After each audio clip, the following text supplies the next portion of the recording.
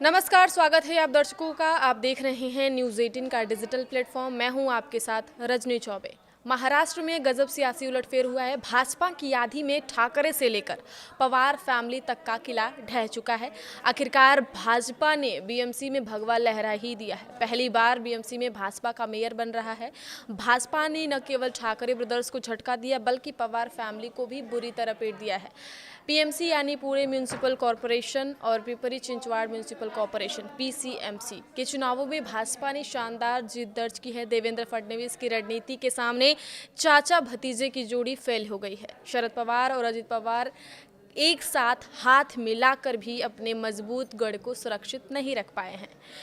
पुणे में भाजपा की यह लगातार दूसरी जीत है। यह जीत दिखाती है कि पार्टी महाराष्ट्र में अपनी पकड़ को मजबूत कर रही है। इस चुनाव का सबसे बड़ा झटका राष्ट्रवादी कांग्रेस पार्टी एनसीपी के दो गुटों को लगा है। शरद पवार की एसपी और उनके भतीजे अजित पवार की एनसीपी ने मिलकर चुनाव लड़ा, लेकिन दोनों ही बुरी तरह हार गए। चाचा के चक्कर में तो भतीजे अजित पवार बुरी तरह फंस गए हैं।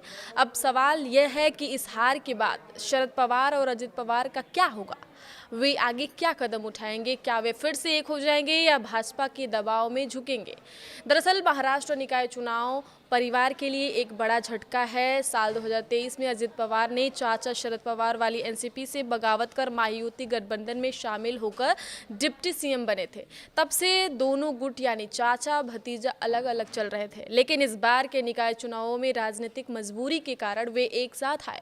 कारण कि पवार फैमिली के गढ़ को बचाने की चुनौती थी। अजित पवार और शरद पवार को लगा कि भाजपा को हराकर पुणे और पिंपरी चिंचवाड़ में अपनी पुरानी ताकत वापस लानी है। पुणे और पिंपरी चिंचवाड़ वाले इलाके पवारों का गढ़ माना जाता रहा है, मगर अब यह किला ध्वस्त हो चुका है। भाजपा ने सेंध लगा दी है। इस बार भी नतीजे पवार फैमिली की सोच से उलट निकले हैं। शरद पवार वाली एनसीपी तो 24 निकायों में एक भी सीट पर नहीं जीत सकी और अजित पवार की एनसीपी भी महायुति में अपनी सहयोगी भाजपा के खिलाफ लड़कर पूरी तरह से धराशायी हो गई है। केवल अहिल्यानगर में भाजपा के साथ गठबंधन करके अजित पवार की एनसीपी को थोड़ी जीत मिली, मगर वह भी कोई बड़ा फायदा नहीं दे सकी। कैसे बुरी तरह फंस गए अजित पवार? पुणे और पिपरी चिंचवाड़ के नतीजों ने अजित पवार को बुरी तरह फंसा दिया है। अजित पवार की स्थिति तो और भी पेचीदा है।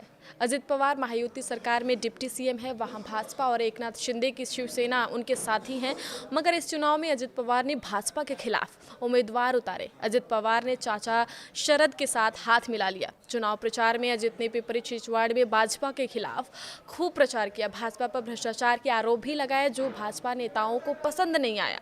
भाजपा प्रदेश अध्यक्ष रविंद्र चव्हाण ने यह तक कह दिया था कि अजित पवार को साथ लेने का अफसोस है। अब हार के बाद अजित की रणनीति फेल हो गई है। वोटरों ने इसे पसंद नहीं किया। अब अजित पवार के लिए मुश्किल स्थिति है। एक तो वह महायुति में पहले जैसे रुतबे में नहीं रह पाएंगे, कारण कि शिंदे ने भाजपा का साथ नहीं छोड़ा। ऐसे में अब अजित पवार महायुति में संदेह के दायरे में ही रहेंगे।